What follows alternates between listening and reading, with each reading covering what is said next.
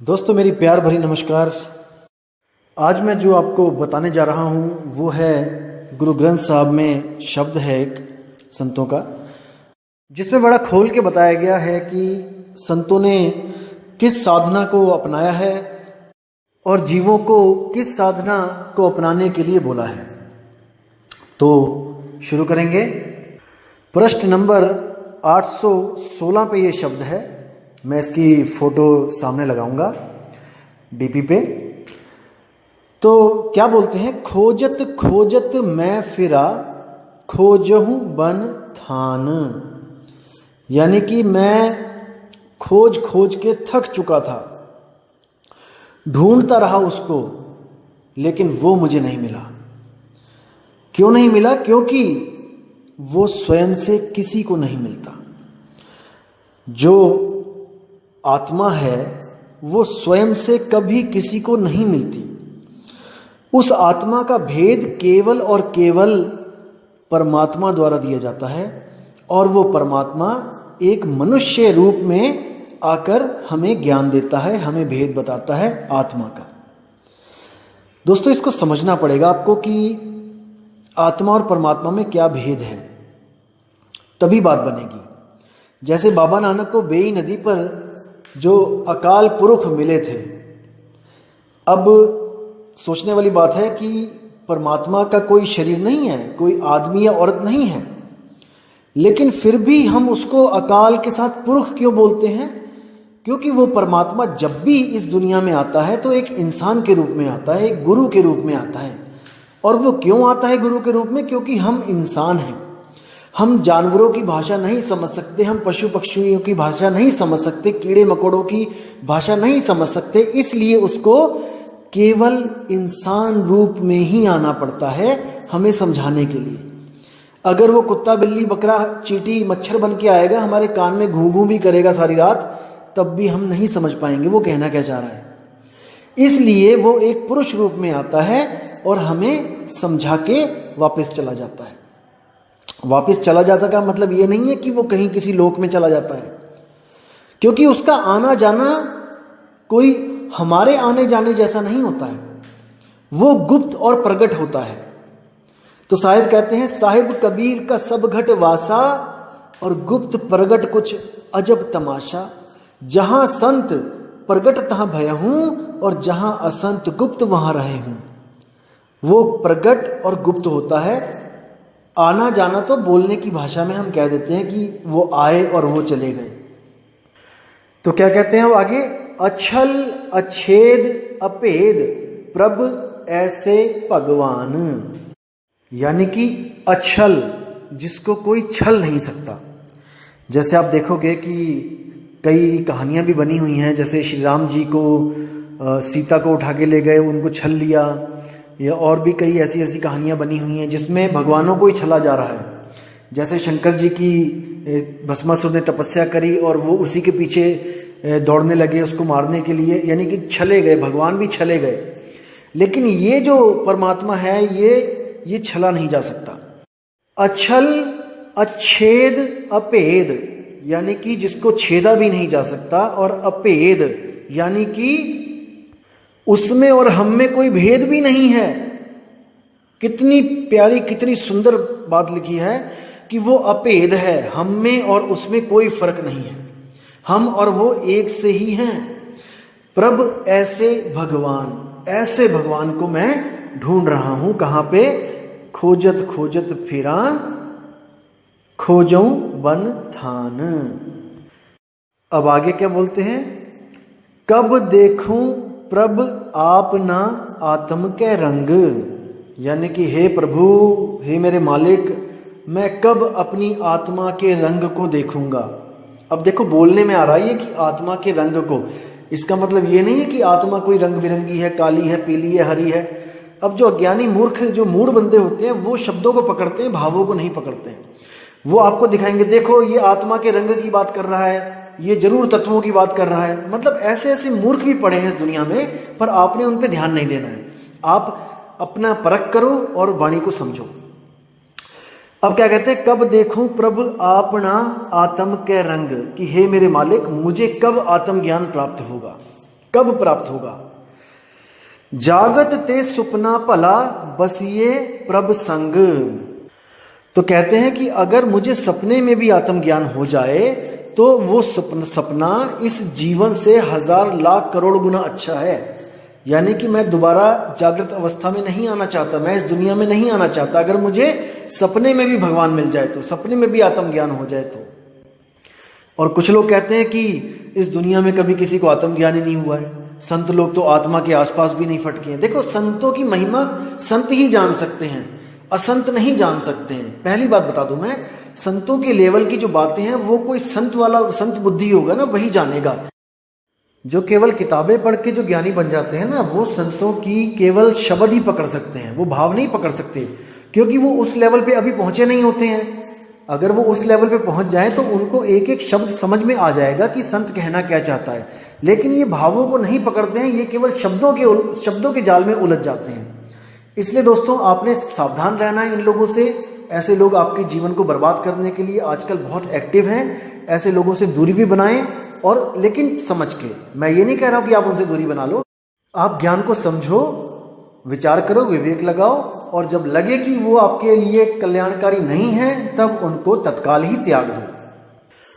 अब आगे कहते हैं कि वर्ण आश्रम शास्त्र सुनौ दर्शन की प्यास, कि जब भी मैं आश्रम और शास्त्र इनमें जब भी जाता हूँ, या फिर इनमें जो मैं ग्रंथों को पढ़ता हूँ या सुनता हूँ, तो मुझे मिलने की प्यास हो जाती है उस आत्मदेव से। क्योंकि वेदों में भी आत्मा का जिक्र है, गीता में भी आत्मा का जिक्र है, और हर ग्रंथ में आपको आत्मा का जिक्र मिल ही जाएगा।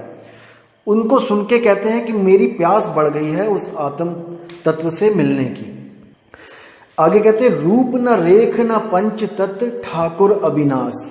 उसका कोई रूप नहीं है, कोई रेख नहीं है, वो 5 तत्वों से न्यारा है।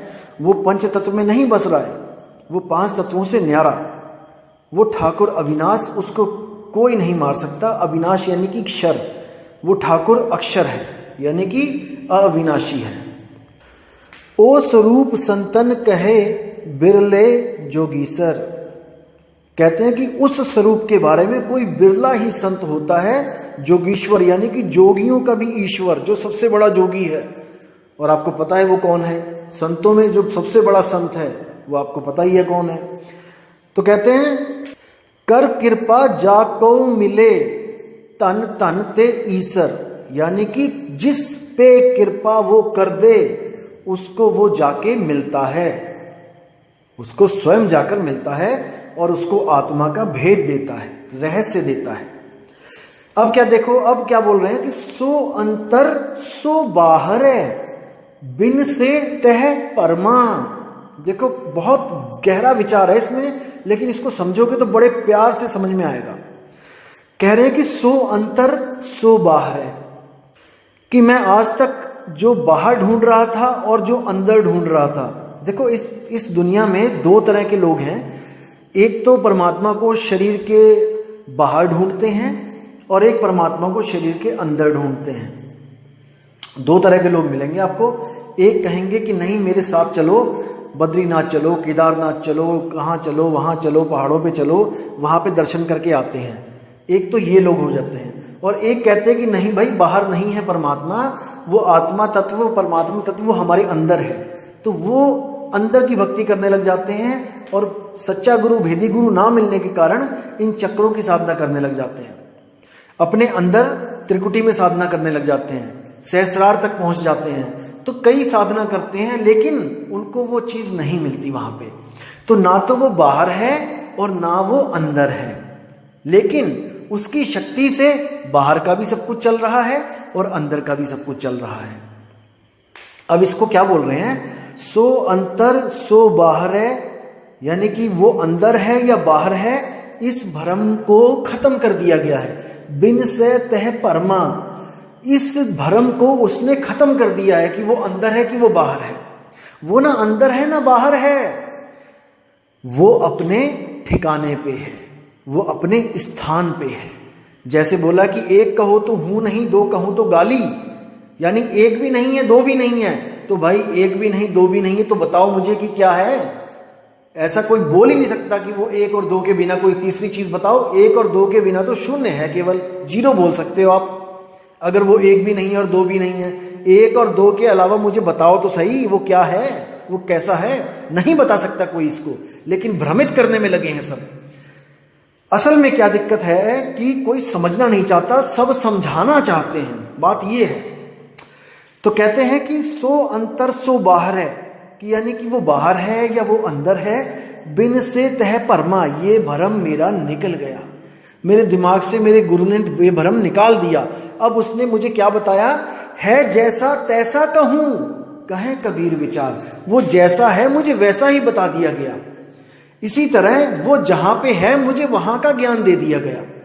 अब आगे क्या कहते हैं, नानक तिस प्रभ भेटिया जाके पूर्ण कर्मा, कि नानक वो उसी को मिलता है जिसके कर्म पुरबले हों, जिसके बहुत बड़े बड़े बड़े बड़े भाग हों।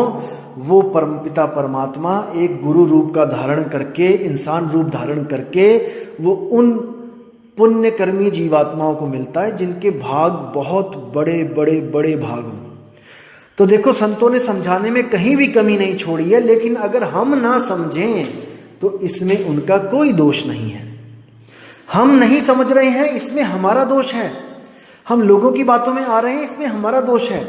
आज क्या किया जा रहा है, देखो, जिनकी मैं बाणी बता रहा हूं, आज वही गुरुद्वारों में बाणियां पढ़ के माथा टेक के अपने अपने घर चले जाते हैं। क्या कोई विचार कर रहा है?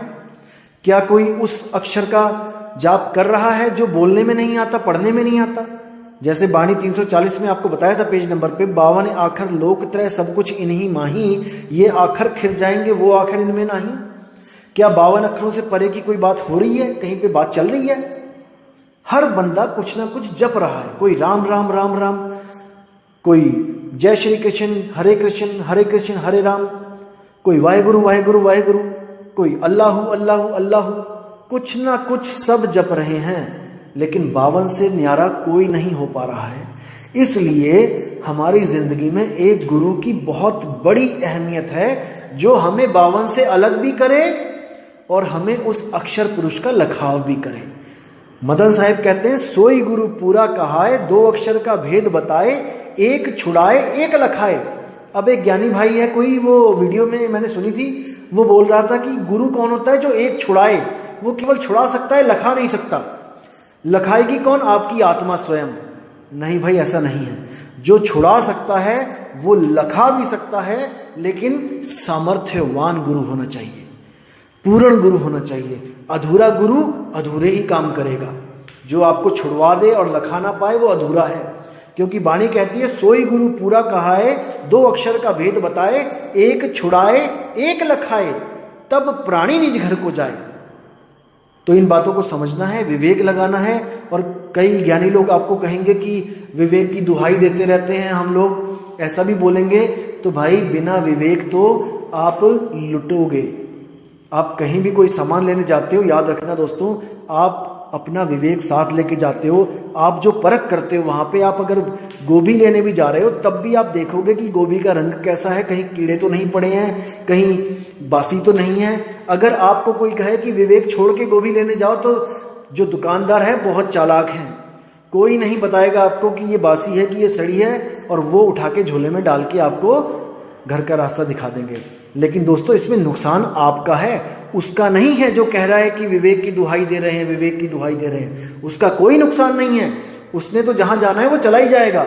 लेकिन दोस्तों, आपने कहां जाना है, आप ये विचार करो, क्योंकि ये जीव आपका है और ये आत्मा आपकी है। इसका कल्याण कैसे करना है, जीव का कल्याण कैसे करना है, ये आपने देखना है। ये किसी और ने इसका सिरदर्द नहीं लेना है। इसलिए दोस्तों, मैं परख देता चलूंगा और आप परखते चलो। जो आपको सत्य लगे उसका साथ करो, उसके साथ जुड़ो। अगर आपको कोई और भी सत्य लगता है तो आप उसके साथ जुड़ो।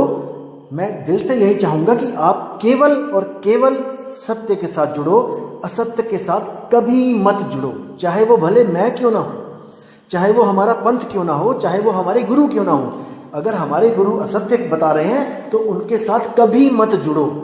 शरेआम बोल रहा हूं मैं आपको। तो ठीक है दोस्तों, इसी के साथ मैं विदा चाहूंगा। आप ऐसे ही विवेक लगाते रहें, बाणियां सुनते रहें। और परख करते रहें और अपने आत्मा का कल्याण करें। जय गुरु बंदी छोड़ मदन साहिब, जय गुरु बंदी छोड़ वैराग साहिब, जय जय गुरु बंदी छोड़ सतगुरु कबीर साहिब, साहिब बंदगी सतनाम।